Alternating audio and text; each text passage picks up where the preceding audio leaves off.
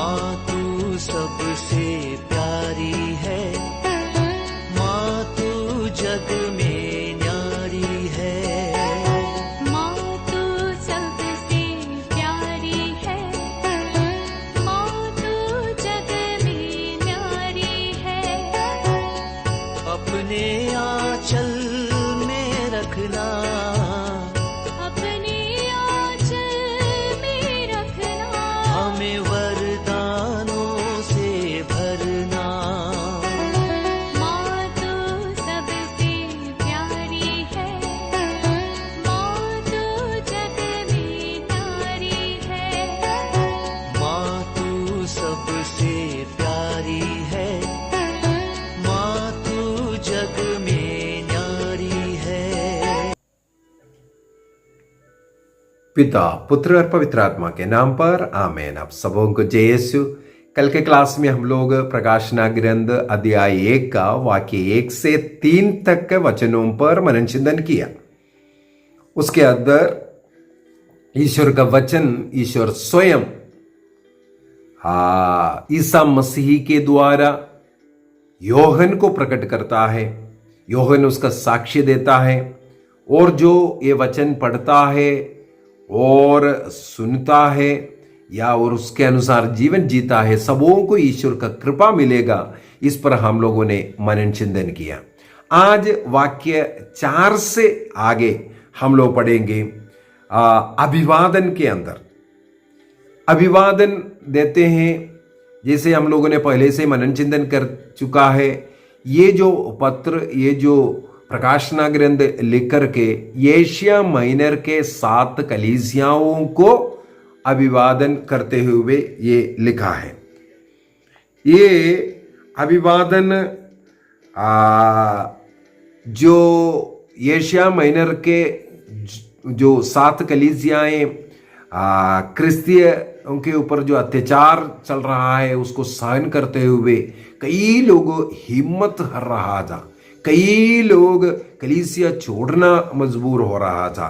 कई लोग राजाओं का पूजा में जाने लगा। उस समय पर उन्हें हिम्मत बांधते हुए उन कलीसियाओं को लिखते हुए कहते हैं।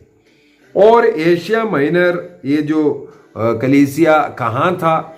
आजकल के जो टर्की देश है उसका कुछ भाग था, या रोमन साम्राज्य के जो पूर्व की जो कुछ भाग है वहां पर ये 7 कलीसियाएं था।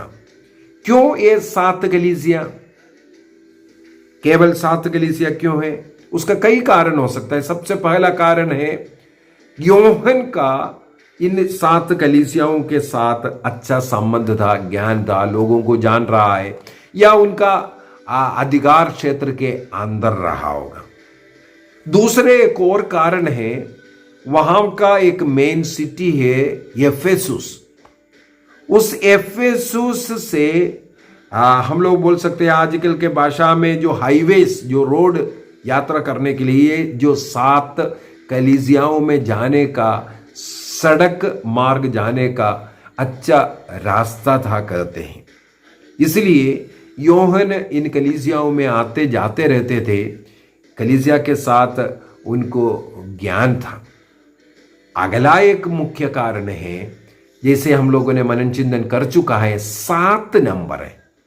7 पूर्णता का संख्या है, अर्थात केवल एशिया माइनर के 7 कलीसियाओं के लिए नहीं, बल्कि पूरे कैथोलिक कलीसिया के लिए ये पत्र लिखा गया है। पूरे संसार के कलीसिया के लिए। उस समय पर एक ही कलीसिया है, हमें मालूम है, केवल कैथोलिक कलीसिया है। उन कलीसियाओं को पूरे संसार भर में जितने भी जगहों पर कलीसिया बन चुका था, उन सभी कलीसियाओं के लिए आने वाले समय के लिए भी ये लिखा गया है। वहां पर सबसे पहले जो शुरुआत हुआ है, जो है, जो था और जो आने वाला है। जो है, जो था और जो आने वाला है। इसका क्या मतलब है? इसका मतलब है अनादि अनंत ईश्वर। अनादि अनंत ईश्वर के द्वारा ये संदेश मिल रहा है। इसके बाद अगला जो है हमें ये अनादि अनंत ईश्वर के विषय में निर्गमन ग्रंथ का अध्याय 3 वाक्य 14-15 में, अध्याय 6 वाक्य 3 और 4 में मूसा नबी को ईश्वर दर्शन देकर के अपने को जो याहवे जो शब्द जो दिया है वही है यहां पर जो लिखा हुआ जो है, जो था और जो आने वाला है, अर्थात याहवे उस ईश्वर के विषय में यहां पर बता रहा है। और आगे हम लोग देखते हैं प्रभु का अनुग्रह और शांति प्राप्त हो बोलकर के एक आशीर्वचन है।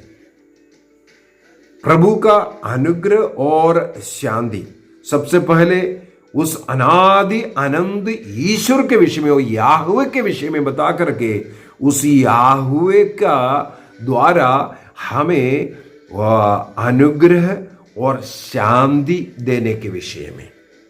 ये जो शब्द है नए विधान के अंदर ही हम लोगों को मिलेगा अनुग्रह और शांति। कई जगहों पर संत पौलुस अपने पत्र के अंदर भी इस प्रकार लिखते हैं।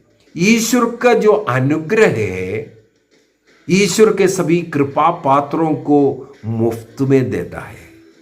हमें धन का नहीं, अन्य संसार की चीजों का नहीं, बल्कि प्रभु के अनुग्रह की जरूरत है।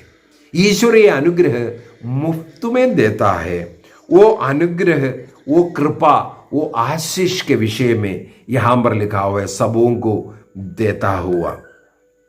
यदि हम लूकस के सुसमाचार अध्याय 2 वाक्य 14 को देखेंगे, वहां पर स्वर्गदूत ईसा मसीह के जन्म के समय पर यही तो बताया है, जो कृपा पात्र लोगों को जो शांति मिलने के विषय में।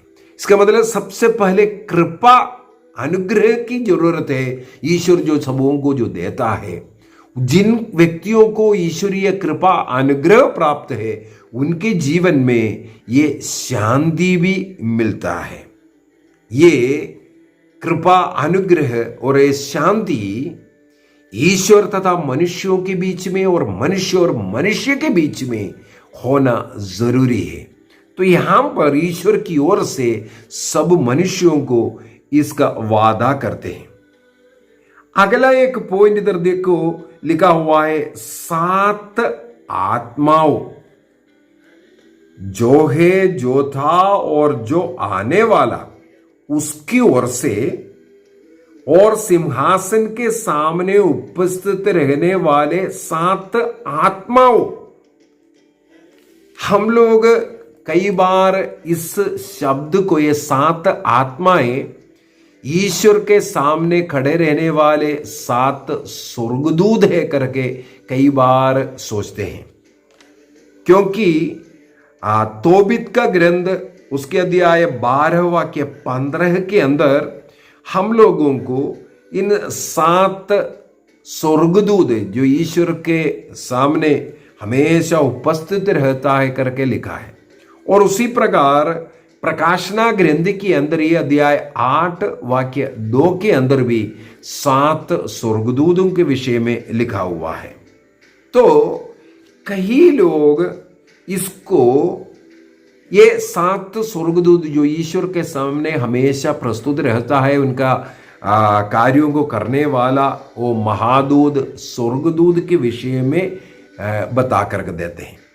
यदि हम इसको पूर्ण रूप से थोड़ा सा और गहराई से पढ़ेंगे, तब हमें मिलेगा अगला वाक्य जो 5 के अंदर पहले लिखा हुआ है, जो याहवे के विषय में।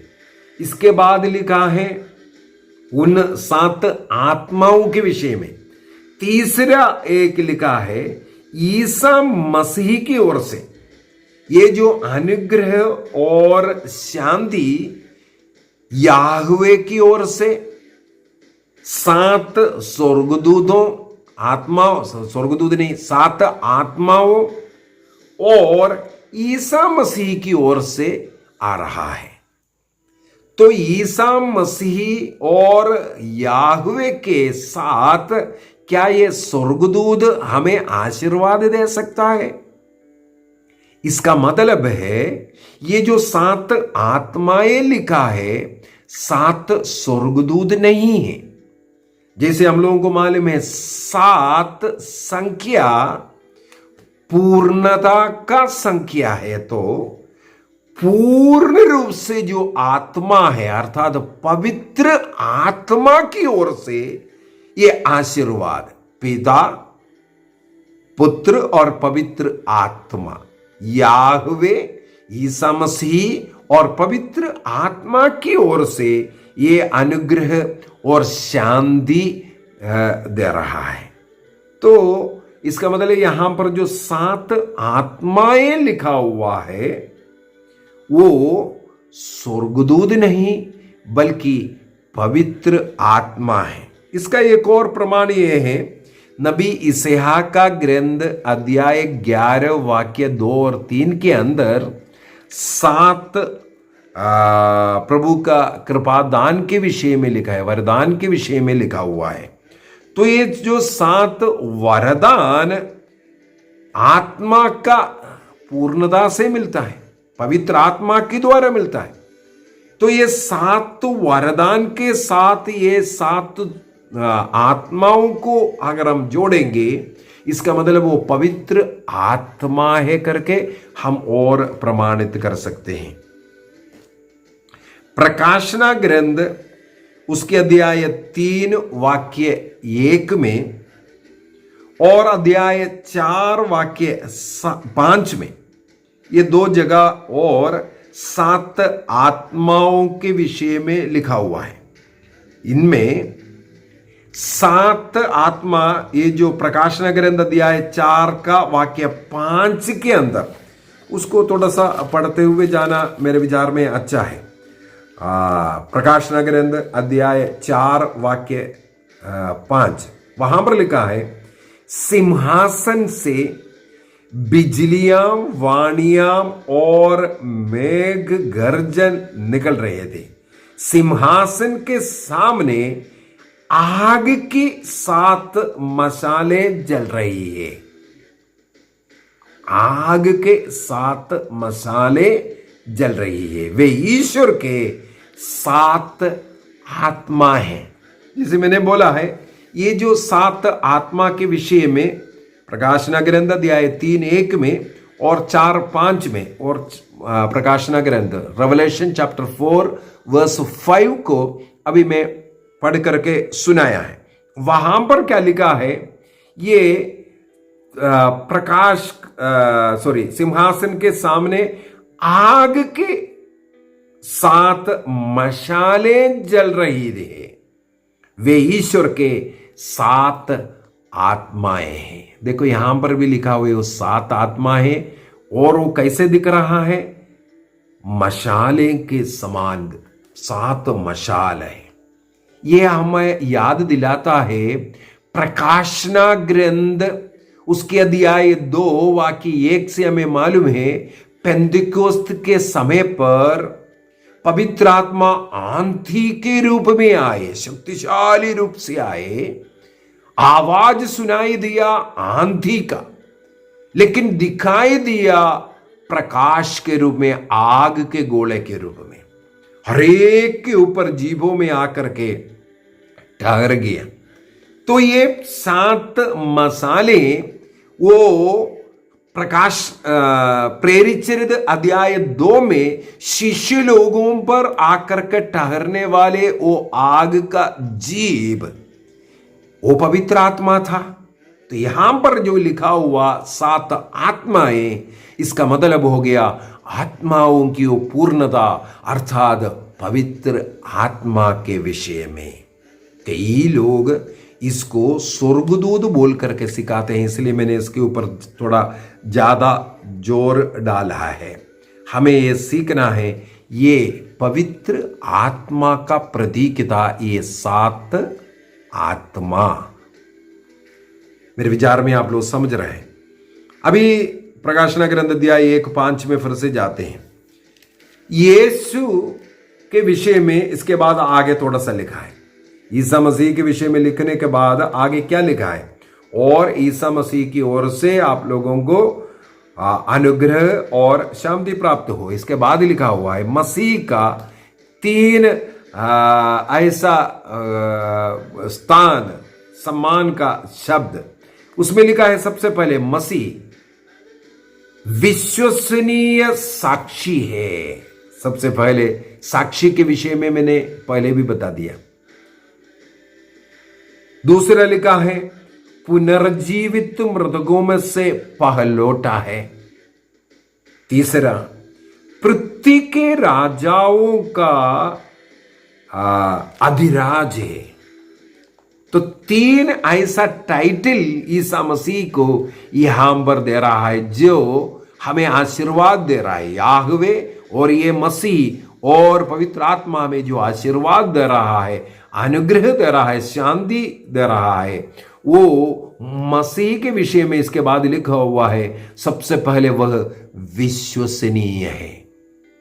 मृत्यु तक आज्ञाकारी पुत्र के रूप में रहकर हमें पाप से छुड़ाने के लिए, इसका मतलब केवल पिता के साथ नहीं, हम लोगों के साथ भी एक विश्वसनीय साक्षी के रूप में ईसा मसीह है, क्योंकि उन्होंने अपने को पूर्ण रूप से समर्पित किया, ईमानदार रहा मृत्यु तक। इसके बाद लिखा है पुनर्जीवित मृतकों में से पहलौटे। पाप के गुलामी से मानव जाति को छुड़ाने के लिए क्रूस पर वह मर गया। इसके बाद उसको दफनाया गया और मृत्यु पर विजय प्राप्त करते हुए तीसरे दिन जी उठना और स्वर्ग जाने वाला, पाप के गुलामी को समाप्त कर एक नई युग की स्थापना करते हुए जी उठने वाला मसीह पहलौटा है करके यहां पर लिखा है। उनका ईश्वरत्व को दर्शाने के लिए ही ऐसा किया है। और तीसरा क्या लिखा हुआ है, वह पृथ्वी के राजाओं का अधिराज है। जैसे पहले 3-4 क्लास के अंदर मैंने बोला, ये जो प्रकाशना ग्रंथ लिखने का मुख्य कारण ही यही है, क्योंकि उस समय का रोमन सम्राटों ने अपना पूजा करवाने लगे। राजा लोग अपना पूजा करवाते थे। राजा का मूर्ति बना करके मंदिर बनाकर रखना और उसके सामने राजा को ईश्वर प्रभु कह करके पुकारना है। इस प्रकार का जो कार्य क्रिस्तीय लोग नहीं कर सकता, इसलिए उनके ऊपर अत्याचार चल रहा था। उनको समझाते हुए संत योहन लिखते हैं, वह पृथ्वी के राजाओं का अधिराज है, राजाओं का राजा, प्रभुओं का प्रभु। अर्थात ईसा मसीह जो संसार के सृष्टिकर्ता, सब कुछ उनके द्वारा जो सृष्टि हुआ है, वो ही राजाधिराज है। इन राजाओं का, ये जो हमें तंग कर रहा है, उनका भी ऊपर है, वो पुनर्जीवित है। स्तोत्र ग्रंथ 89 वर्स 28 के अंदर हमें यही लिखा हुआ मिलेगा, वह पुनर्जीवित होकर के पहलौटा, वो मेमने के विषय में। और इस प्रकार 3 जो स्थान, मान, सम्मान की बात है, विश्वसनीय साक्षी, मृतकों से जी उठने वाला पहलौटा और राजाओं का अधिराज बोल करके ये 3 स्थान, मान, सम्मान ईसा मसीह को देते हैं। इसके बाद ईसा मसीह हमारे लिए क्या किया, इसके विषय में आगे लिखा है। क्या लिखा है, वह हमको प्यार करते हैं। ईसा मसीह के विषय में आगे लिखा है, वह हमको प्यार करते हैं। ईसा मसीह इस संसार को ऐसा प्यार किया, क्रूस पर हम पापी लोगों के लिए मरकर हमारे पापों का प्रायश्चित वह अपने शरीर में करते हुए, स्वयं प्राण अर्पित करते हुए हमें प्यार दिया। इसके बाद क्या लिखा है, उन्होंने अपने रक्त से हमें पापों से मुक्त किया। और आगे क्या लिखा है? और अपने ईश्वर और पिता के लिए हमें याचकों का राजवंश बनाया। उनकी महिमा और उनका सामर्थ्य आनंद काल तक बना रहे। इसका मतलब ईसा मसीह ने सबसे बड़ा प्यार क्रूस मृत्यु के द्वारा हम लोगों को दिया और अपने रक्त के द्वारा पापों की क्षमा किया। रक्त के द्वारा पाप क्षमा करना, इसके विषय में बाइबल में अनेकों जगहों पर लिखा हुआ वाक्य है। मार्कुस का सुसमाचार अध्याय 10 वाक्य 45 में, प्रेरित चरित अध्याय 20 वाक्य 28 में, रोमियों का पत्र अध्याय 5 वाक्य 9 में, एफेसियों का पत्र अध्याय 1 वाक्य 7 में, इब्रानियों का पत्र अध्याय 9 वाक्य 14 में, पहला योहन का पहला अध्याय वाक्य 7 में, सब ये लिखा हुआ ईसा मसीह ने अपना रक्त के द्वारा हमारा पाप क्षमा किया। तो उसी का प्रमाण यहां पर संत योहन देते हैं। अगला जो वाक्य 6 के अंदर जो लिखा हुआ बात, प्रकाशन ग्रंथ अध्याय 1 का वाक्य 6, हमें इस प्रकार पापों से मुक्ति कर देने के बाद उन्होंने क्या किया है? हमें याचकों का राजवंश बनाया है। याचकों का राजवंश, यदि हम निर्गमन ग्रंथ अध्याय 19 वाक्य 6 को देखेंगे, वहां पर इस्राएल को ईश्वर ने चुना, अपना बनाया था, राजवंश के रूप में पुरोहितों का राजवंश बनाया था। उसी प्रकार ईसा मसीह में विश्वास कर जितने भी लोग बपतिस्मा प्राप्त करते हैं, वो सबके सब प्रभु के लिए पुरोहित है, राजवंश बन जाता है। कैसे? आदिम कलीसिया को देख लीजिए। आदिम कलीसिया इस्राएल का ही एक प्रतीक है। वहां पर वो जो राजकीय जनता कैसे है? पेतरुस का पहला पत्र उसके अध्याय 2 वाक्य 9 के अंदर इसको साफ साफ आदिम कलीसिया के विषय में लिखा हुआ है। आप राजकीय पुरोहित वर्ग है कर करके। ये पुरोहित, ये प्रीस्ट पहले क्या करता था? ईश्वर तथा मनुष्यों के बीच में रहकर दो मनुष्यों के लिए वो मध्यस्थ करता है, ईश्वर के संदेश मनुष्यों को सुनाता है, ये कार्य करता है। हम में से प्रत्येक व्यक्ति जो बपतिस्मा प्राप्त करते हैं, वो मसीह का साक्षी बनकर मसीह को अपने जीवन के द्वारा अन्य लोगों को देकर उनके मुक्ति का कारण हमें बनना है।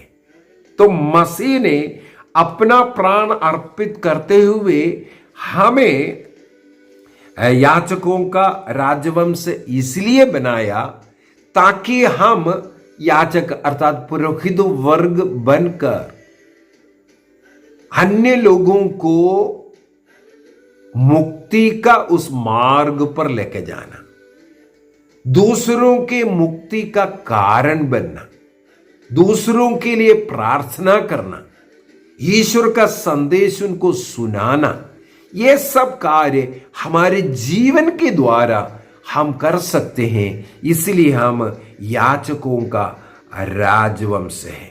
इसके बाद जो लिखा हुआ जो बातें हैं, उनकी महिमा और उनका सामर्थ्य अनंत काल तक बने रहे, आमेन। इसको हम लोग बोलते हैं डॉक्सोलॉजी। इसके अंदर प्रभु का जो महिमागान हो रहा है, आराधना हो रहा है, किसका? ईसा मसीह का जो आराधना महिमागान होता हुआ हम लोगों को यहां पर मिलते हैं। इसको डॉक्सोलॉजी कहते हैं। जैसे हमारे मिस्सा बलिदान के अंदर हो या अन्य प्रार्थनाओं में हो, जितने भी प्रार्थनाएं जो समाप्त होता है, वो समापन जो है वो समापन इस डॉक्सोलॉजी के द्वारा किया जाता है। जैसे हे पिता हमारी प्रार्थना, उसके अंत में भी एक डॉक्सोलॉजी है। पूर्वी कलीसिया उस डॉक्सोलॉजी के साथ हे पिता हमारी प्रार्थना को समाप्त करते हैं। लातीनी कलीसिया के अंदर उसको नहीं होते हैं, लेकिन वो उस डॉक्सोलॉजी के अंदर पूरे महिमा और सामर्थ्य, महिमा और सामर्थ्य ये अनंत काल तक बना रहे, ये बोलता है। महिमा, ईश्वर की महिमा को हमें स्वीकार करना है। यदि हम लोग प्रकाशना ग्रंथ के अध्याय 5 वाक्य 9 और 10 को अगर देखेंगे, वहां पर ईसा मसीह के उस मुक्ति कार्य के कारण, क्रूस मृत्यु के कारण उनकी महिमा गाता हुआ हमें मिलेगा। और उसी प्रकार प्रकाशना ग्रंथ उसके अध्याय 4 वाक्य 8 से 11 तक अगर पढ़ेंगे, रेवलेशन चैप्टर 4 वर्स 8 to 11, वहां पर सृष्टिकर्ता ईश्वर, पिता ईश्वर की महिमा गान करते हुए, उनके सृष्टि कर्म के कारण उनकी महिमा गाते हुए मिलेगा। तो अध्याय 4 के अंदर सृष्टि कर्म के कारण, और अध्याय 5 के अंदर प्रभु ईसा मसीह ने जो मुक्ति कार्य अपना प्राण अर्पित करते हुए किया, रक्त बहा करके किया, इसके लिए उनकी महिमा करते हुए हम लोग पाते हैं। और सेकंड वर्ड ये था सामर्थ्य शब्द। ये सामर्थ्य शब्द यूनानी वर्ड का जो परिभाषा जो आया है, इसका मतलब है इनसे बढ़कर के कोई शक्तिशाली नहीं है।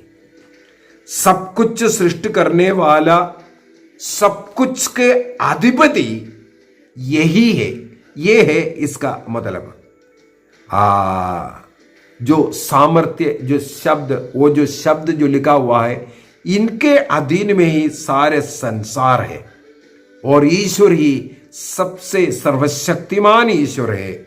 इसको दिखाने के लिए अपने सृष्टि कर्म में और मिस्र देश की गुलामी से किस प्रकार अपने सामर्थ्यों को प्रकट करते हुए ईश्वर ने इजरायली लोगों को छुड़ाया, यहां पर सब ईश्वर ने अपने शक्ति को प्रकट किया करके बाइबल साक्ष्य देते। नबी इस्हाक का ग्रंथ अध्याय 40 वाक्य 26 में, और सिराक चैप्टर 18 वाक्य 5 में प्रभु के इस सर्व शक्ति के विषय में लिखा हुआ है। तो ईश्वर को ही केवल ये महिमा और ये सामर्थ्य है, वो ईसा मसीह को देते हुए, यहां पर लिखा हुआ है ईसा मसीह के विषय में लिखते हुए लिखा है, ईसा मसीह को महिमा और उनका सामर्थ्य। क्यों? ईश्वर को जो सामर्थ्य और महिमा है वो ईसा मसीह को देते हुए योहन ये बताता है ईसा मसीह ईश्वर है। इसको यहां पर बताते हुए आमेन कहते हैं। तो ये इंट्रोडक्शन का सेकंड पार्ट को यहां पर हम खत्म करते हैं। कल 7 और 8वां वाक्य का, इंट्रोडक्शन का तीसरा भाग को हम लोग मनन चिंतन करेंगे। पिता, पुत्र और पवित्र आत्मा के नाम पर आमेन। आप सबों को जय यीशु।